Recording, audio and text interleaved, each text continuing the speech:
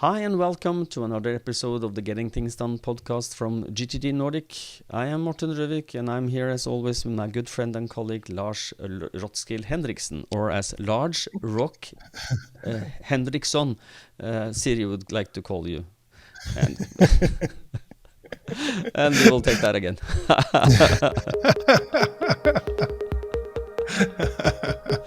Okay.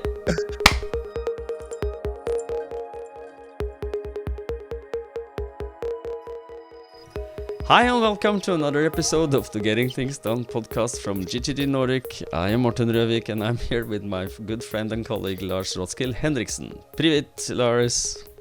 Privet, Morten. Good to see you as always and looking forward to recording another episode with you. Our purpose of this podcast is to help you learn GTD or become even better GTDers. So as always, we hope that this episode supports you in that. If you're new to GTD, we always recommend you go back and listen to episodes 1 through 6 to get an introduction to the basics of GTD.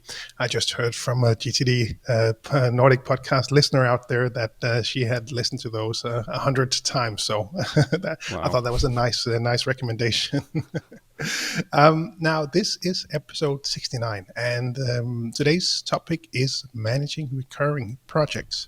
But before we do that, I just wanted to follow up on one thing from last week's episode.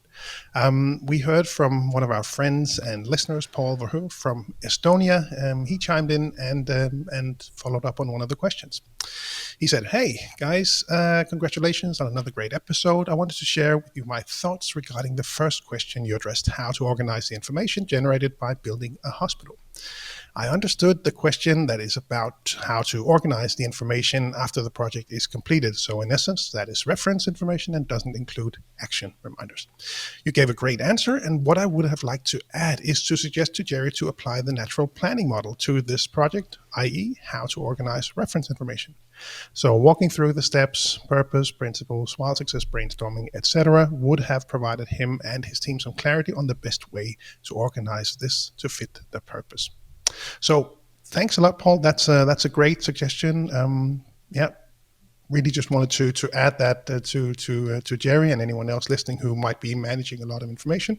Perhaps the natural planning model might be a good approach. Thanks, Paul. Yeah. And for those who want to know what the natural planning model is, we have an episode for that as well. So look through the backlog and you will find that somewhere. I don't remember the name. I'll put it in the show notes. Put it in the show notes. Good. And for those of you who saw, we were smiling a lot before we started today's episode. The reason we did this because I tried to before we started our recording, before I opened the recording session or the session with Lars, I tried to write his name with the use of Siri, and I wanted to write Lars Rothschild Henriksen as a part of, we are looking for ways of doing things faster, and my mouth is faster than my fingers on the keyboard, so I was hoping that I can write Lars Rothschild Henriksen, and what came out? Lars Rock Henriksen with a CK.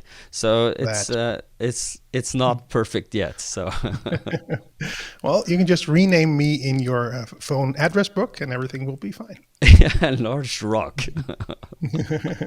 Hello, Mr. Rock. Okay.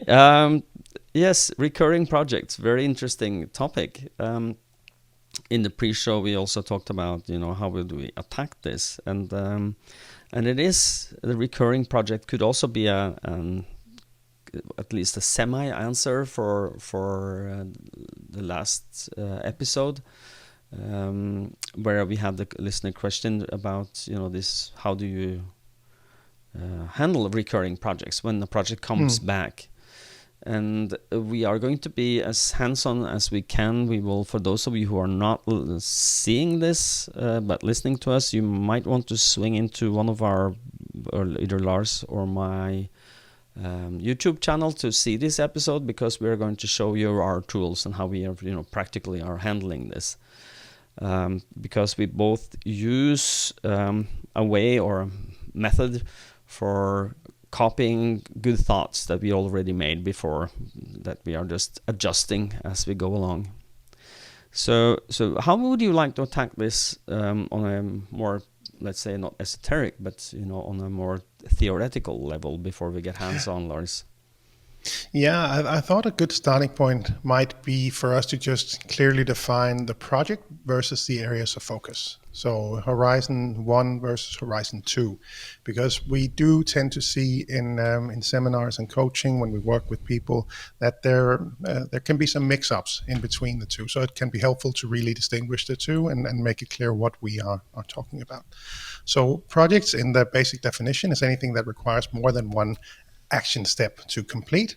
Time frame is up to 12 months, but it can certainly be less than that, just a few weeks maybe for some projects. As opposed to the areas of focus, which are things that you don't check off. So where projects have a defined outcome, that's what you're looking to achieve, the desired outcome, and you can check that off when what is done. The areas of focus is what you are maintaining at certain standards. So this is what you either have focus on or are responsible for in your work and life. So that would be, at home, it would be, your finances, relationships, hobbies, things like that. At work, it really depends on your work, what you do. But if you look at your job description or you talk to your boss, what do they expect you to maintain at certain standards? And then from that area of focus, projects will spring out. I think was the way you phrased it earlier. Anything we need to add to that in relation to managing recurring projects? No, I just want to, if we can stay a little in the areas, if you look at them as, you can give them different wording, which means different things for different people. But so areas of focus might be a little, cloudy, fluffy for some people. But if you add responsibility, so what are you responsible for, or what do you want to focus on? So it's what you're responsible for and what you want to focus on. I don't know if that makes sense. Mm-hmm. Yeah. So and they have no end. They're no beginning. They just are. Either you have them, you don't. So if you look at areas of responsibility and focus, it could be Lars is the managing director of Productive Denmark. This is one of his roles and one of his areas of responsibility in his work life.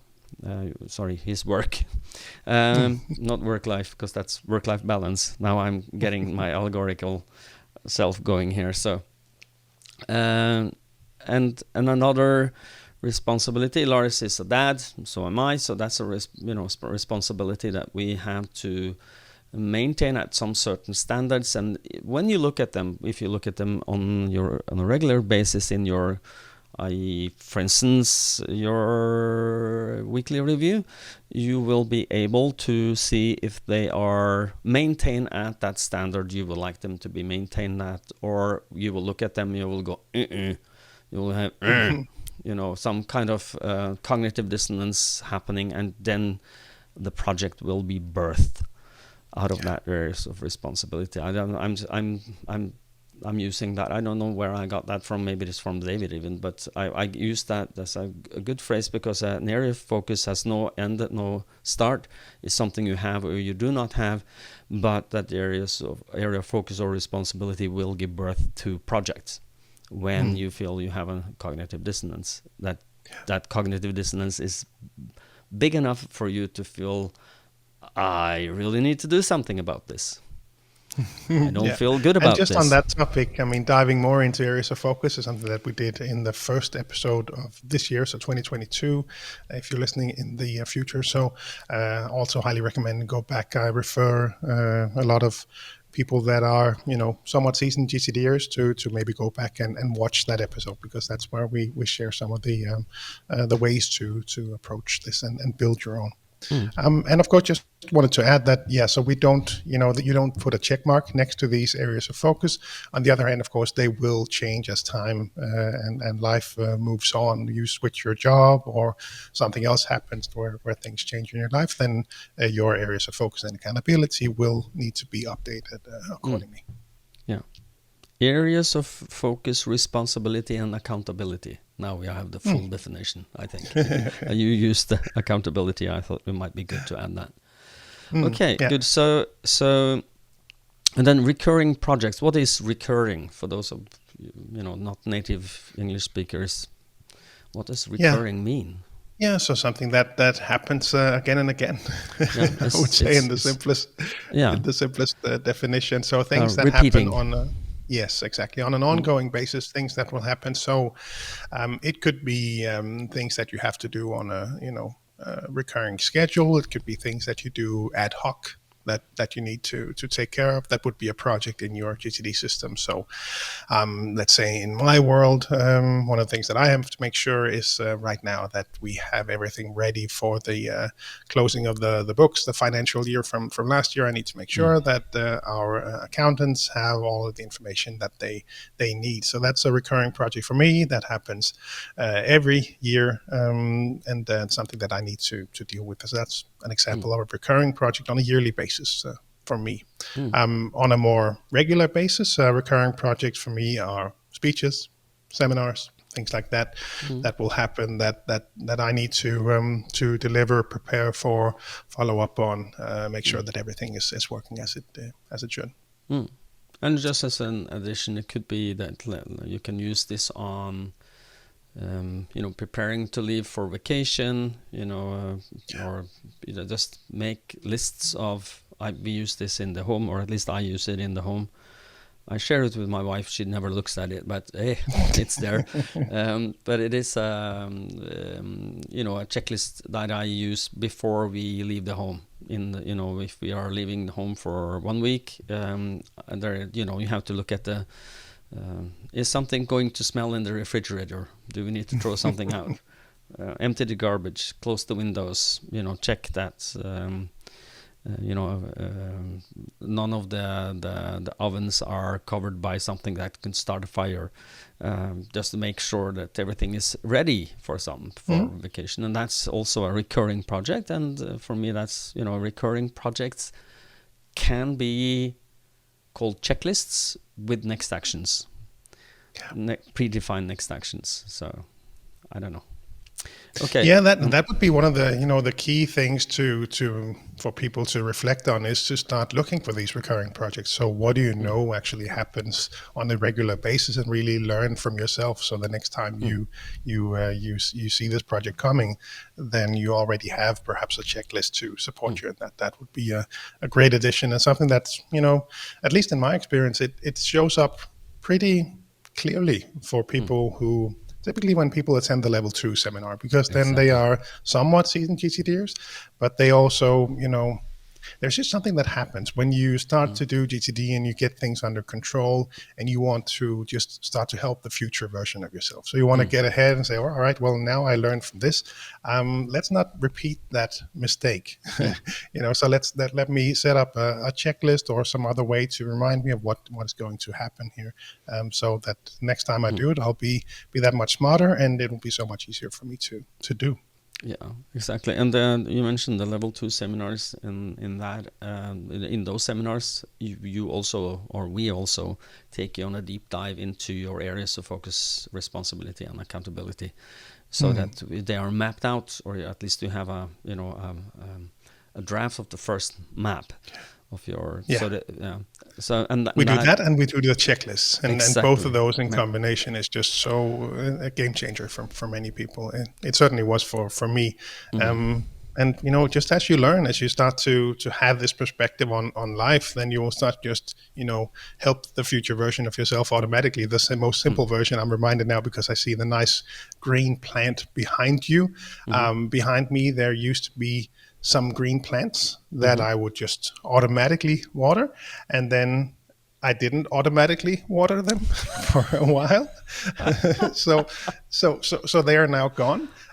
So I have on my shopping list to buy a few new plants, and on the weekly review checklist, I have expanded to check if the plants need water. So it can be, on the bigger grand scale and important things like getting the books closed, and it can be just basic day-to-day stuff. Exactly. So and what's that we are talking about getting things done at a a little higher level today. And if you are a beginner, this might be for inspiration for you, and for those of you who has been doing GTD for a while, maybe attended a level 2. That might be a repetition a little bit about how you can make this practically. But we are going to be very hands-on. I'm going to show you my OmniFocus templates folder, show you how that works.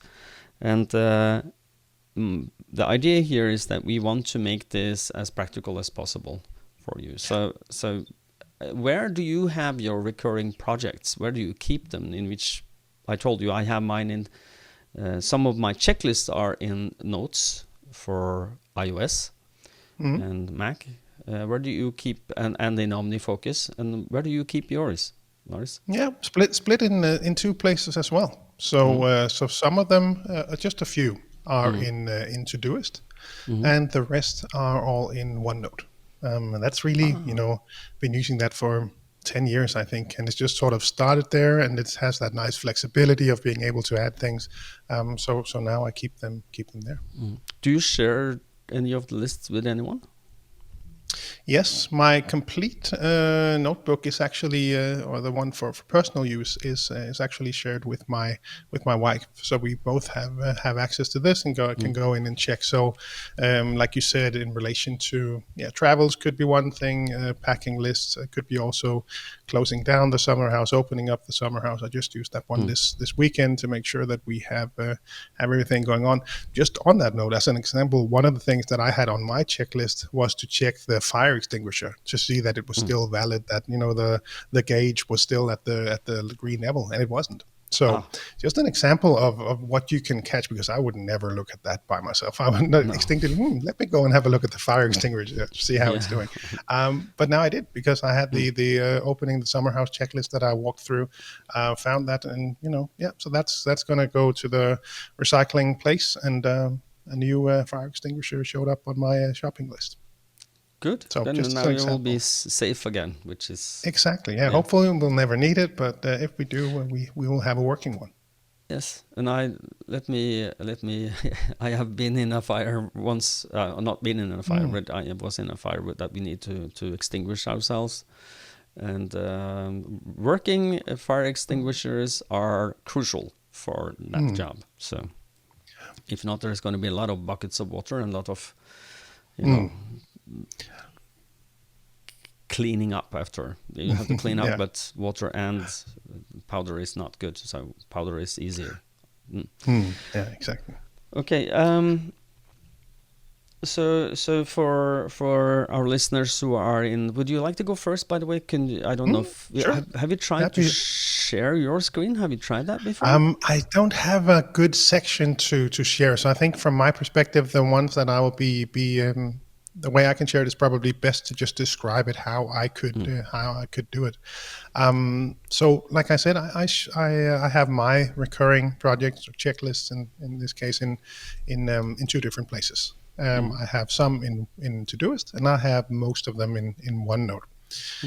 So the OneNote things we just touched on now, which are really the ones that I will pick up and walk through ad hoc, so to speak, in the sense that they don't have any specific dates attached to them. So when I have seminars and speeches, I'll be follow-ups and waiting for us and things like that that I want to do. So I'll keep that in my active system. In OneNote, I have all my checklists. Not that it's a project in that sense, but things like the weekly review, for example, is a good example of that. Opening the summer house, closing the summer house, all my packing lists, all those kinds of things. Those are in my OneNote setup, and also my notes for coaching. So that is actually where I keep my coaching notes. I am looking into transitioning this to somewhere else, but right now, for now, I have a set of pages, about, I would say, 15 different pages for the starting interview, adjusted to whether it's with a executive or executive assistant or a normal coaching flow, and then depending on whether it's in person or virtual sessions, I will have templates actually for in the virtual case for each of the sessions. So I know that we'll cover all the stuff that we'll want to cover, and in coaching, the premise really is that we will go wherever you need to go, but I want to make sure that we covered all the bases. So it's a very, let's say, flexible checklist in that sense, in that I will work it as it makes sense for the coaching client. And also, we have follow-up calls, so I have templates for that, things that I want to follow up on. Also, just a placeholder for me to capture notes during the coaching session, or transfer notes during the coaching session to the things that I want to follow up on when we follow up. So those are the kinds of things that I keep in OneNote. It's very straightforward. Some of them are with tables, and I have my questions, a room for answers. Some of them are simply for the basic checklist, just the standard to do option in OneNote that you can then mark next to it, and then you can check them off as you go along. So that one is pretty straightforward. The other one that I use is in Todoist, and Todoist really, that is where I use for the level 1, level 2, level 3 seminars, speeches, and introductory webinars. So in Denmark, we do just a quick 30-minute introduction for free for people who are curious about GTD, want to learn more. I have a quick template for that. And the way I've done it, for those of you who use Todoist, is simply to create a project. They simplified it, I think probably a year back now. In the old days, you would create the project, not really a project in that sense, an active project. So I have a project called templates, and sub projects to that are the specific templates for each of the seminars. So those are really, have grown over the years. Every time I learn something new, I'll add that to the list. But there are some preparation that I need to do for each of the seminars. There's a packing list. There's stuff that I need to do afterwards, follow up, and so on.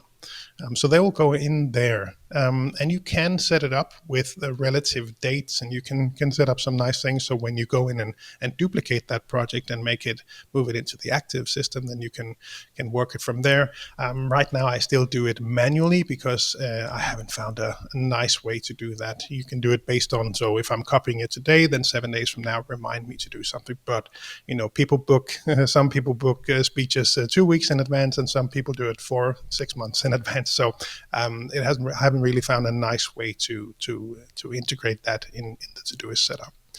And just a note, like I said, they made it simpler because they offered now to duplicate the projects. They have been for a while, but for those of you who might have come across it a while back, back then we would have to export the templates. You could export a CSV file, for example, and then you would create a new project, upload that CSV file, and then populate the fields. Today you could just duplicate the projects, and I use it. Yeah, exactly. So I really use that feature a lot. That's all of the speeches, coaching, and seminar, everything in relation to that. All of that is captured as templates that I can just copy and move into my. So I have a group called 2022, and everything that happens where I need a checklist or like a recurring project in today's topic, I'll put it in there, so I can clearly see where I am with each of them. And you have no chance of, if you're planning 5 speeches at once, how are you going to know at what stage each of those are? Have we clarified where we're going to be? Have we clarified, have they received the pre-information? Have I followed up with them? Have we invoiced them? All that kind of stuff is captured in those checklists. So I think those are the sort of 2 key places where I have those kinds of recurring projects. And I think it works. Overall, it works well for me. Mm-hmm. What about you? I can show what I'm doing in Notes, and that is iOS and Mac OS Notes. I'm just going to show you what we do before travel to Turkey, and I will see if I can make this happen by doing this. You can also see this, and I will hide that. Let me see if I can find my second note here, because I will have to hide this, I think. Yes. Now this is before travel to Turkey. My wife and I travel to Turkey all the time. We have family there, so we go there often. And this is 3 days before. I have one checklist, and at the day of leaving, I have one. And 3 days before, I must remember to close so we don't receive newspapers. I do still read 2 newspapers every day. Keeps me connected to the world. I like paper. And then we need to, at least before, we needed to make order for something called a HES code that is no longer needed anymore because they've stopped doing that. So I can just delete it. Now I updated it. And then I have to make sure I make an out of office message. I just click the links and it goes straight to my out of office what is settings for the out of office. And on the day of traveling, I can then, when I've done this, I can just take them off. Oops. Now I got a question if I want to have sorting. No, I do not. Thank you very much. I want to have them in the order I already have them. And then as I go along, I will just tick them off, check the refrigerator, throw out garbage, pull out the electric cords everywhere, turn down the temperature on ovens, check windows and veranda door. And then the last thing I will now update, since we are now here, is skru på alarm, which means turn on alarm.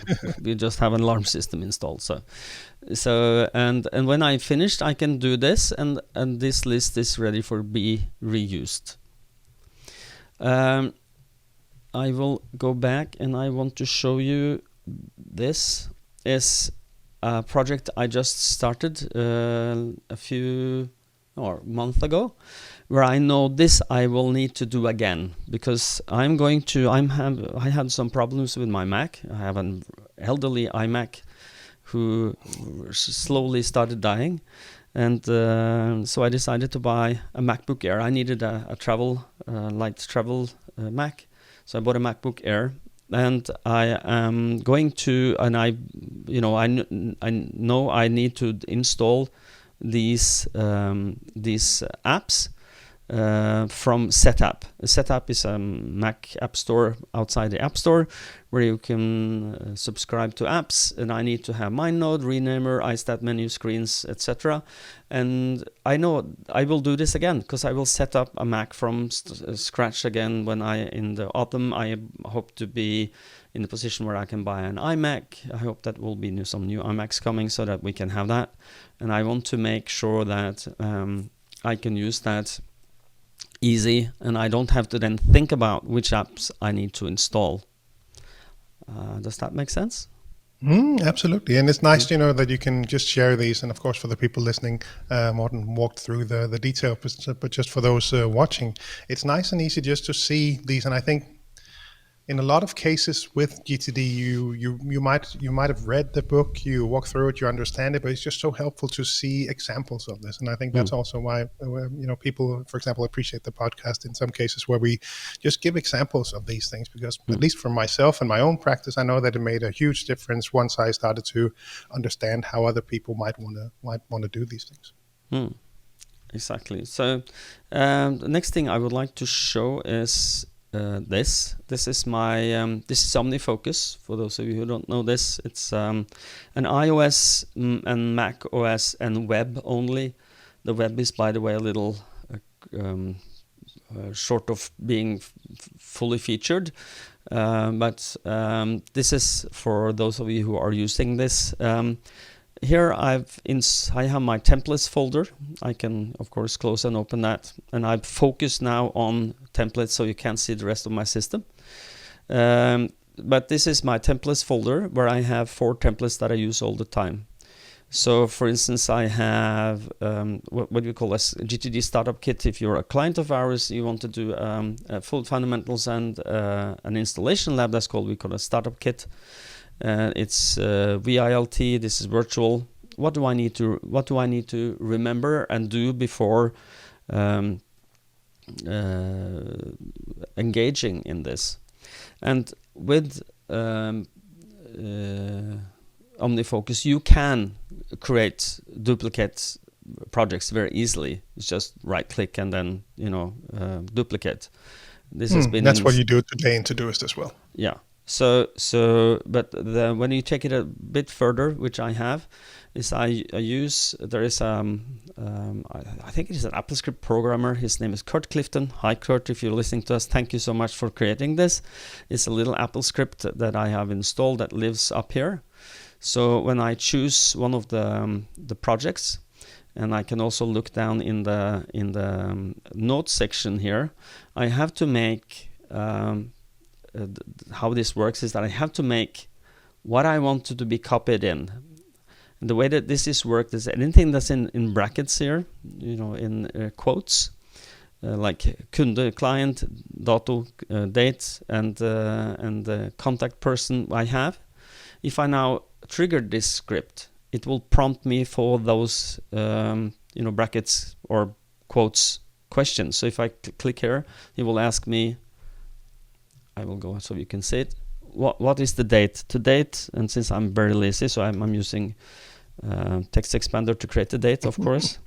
And what's the client name? Let's say this is Coca-Cola. I don't know. We don't have them as a client. I can use that as an example. And what's the contact person is Chris Kringle is a guy, I think. Kringle with a K is yes, I think K. Okay, so Chris Kringle, and what happened now is that I can't show you this because if I show you, I will show you my full system. I can't do that. I'm sorry. Boring. But what you will see is that. Okay, I will go off camera for 2 seconds here, and I will show you. I am boring. Thank you, Lars, for. Let me see. Unfocus. I didn't share anything, so really, I shouldn't complain. No. Let me see. Focus. Okay, now I can share this with you. And the reason I can't share the system is there's a lot of client information here I can't show you. But this is GTD startup kit with Coca-Cola, and the name, it's a VILT, that's the name of the project, and I have to create a digital evaluation form 3 days before the date. Now that I have a question for myself, have I received the number of participants and contact info from Chris Kringle 1 week before, and this is giving myself some instructions on when do I need to have this. And then I can choose either to put them in the calendar by drag and drop, or I can just manually move them to the calendar as deadlines for myself so I can follow up when I need to follow up. So that's, and as you can see, I have created links, for instance, for creating the digital evaluation folder, the form, and that's in my that's in the notes field. So if I need something, and I will need to make, we have some, what you call that, certification of course completion. We create that and print that, and I can I have all the links. And the reason I'm doing this, the reason I'm using this is because I can think smart and clearly before I do a seminar one time, and then after I just have to maintain how smart was it this time. So how well did this work this time? Does that make sense? Absolutely. And because we are having smart thoughts all the time. You are clever as a person, and capture that cleverness and that creativity, and just put it on repeat. Because there are times in your life where you're not very creative, not very smart. I say Friday afternoon.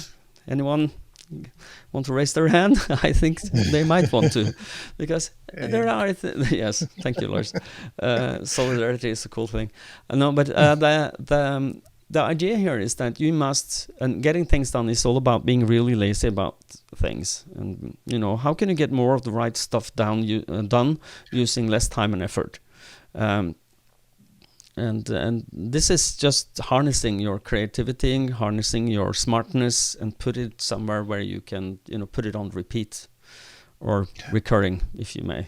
so you don't have to rethink. And this ties into, I think we had an episode where we talked about text expanders. Am I correct, or have you? Yeah, we've touched on that before. Yeah. So text expanders are where you can type an abbreviation and get the snippet you want of text or images or links or whatever you need to populate wherever you need it to populate. And the reason we are doing this is because you want to make reuse of something that is good. And so you think good and smart and write a long email, you can use that on repeat, and you seemingly are intelligent all the time when you are actually really dead tired. And you can then pull on your former performance. Yeah. Rely on the previous smart version. Yeah, exactly. So no, but it's important to understand that kind of thinking. I was delivering a speech on Friday last week for a group of lawyers, really smart people, really, an amazing organization, actually very, very focused on well-being. One of their clear statements was to leave the office with more energy than when they arrived. They have really implemented. Yeah, I was really impressed, and they had really implemented some cool things and practices, standard Pomodoros on Friday, everyone at the office working in Pomodoros and things like that. They had really, really worked on that. And I really tried to emphasize that kind of thinking that, we are smart people. They were and are smart people, but really try to capture that. And, we're not that smart version all of the time. Yeah. And I'm reminded I also did a seminar recently last week. I did a seminar for one of the biggest music festivals here in Norway. The managers of that, or the people who make that happen. And we were talking a lot about how can you use your energy level well. Getting things done is about creating and being nice to the future you. Remove all the obstacles, so when the future little, your little dumber, a little more lazy and tired version of you has a runway to run instead of, what do you call that? I think I asked that before. Do we have an answer to this? What is hekkeløp in English? Hedge run? I don't know. No, what I do you don't call think that? As an athlete, you run a track and there is hedges you have to jump across. Yeah. Jumping run. Jumping hedges. No, I don't know what that is called. So if you know what that is, please send us an email. Illuminate me, because I don't know. But it is. Or Google Translate. But yeah. Oh, Google Translate. Yes, that's also a possibility. But I'm really lazy, so let's outsource this. If anybody has the answer, send it to us at podcast@gtdnordic.dk. Podcast@gtdnordic.dk. Please help us. So. but the idea of this the runway vs the hedge run, let's call it that, is that when you have a runway, you have no obstacles. There is nothing hindering you of running. So if you're really tired, you can just go tick things off your next actions list where it says, call Bob regarding this, mention PDF, and so. And that makes it easy for you to be clever and intelligent when you're really not. You just have to do the things. You have to engage and do the things you've decided to do, and that is so much easier than having that little unclear thinking done on your next actions lists where you go, what did I really want to do here? That is when you meet the hedge. You run and then you have to stop and you have to think and you have to say, how am I going to climb this hedge? How am I going to get over this? What do I need to do here? And that is where a lot of people end up procrastinating or just giving up. You just go to your, whatever is your dark playground for, where you play when you don't need to play. This is, by the way, from the Tim Urban. He has an excellent TED talk called Inside the Mind of a Master Procrastinator. I think you have to link to that as well in here so that people can see that. Really good about procrastination, the TED talk there. And the idea here is that you should not give yourself an excuse for not doing what you've decided to do, but to be able to remove the excuse, you have to be really clear on your clarification and organization of your stuff. You can't just organize unclear stuff and think that getting things done is going to work for you.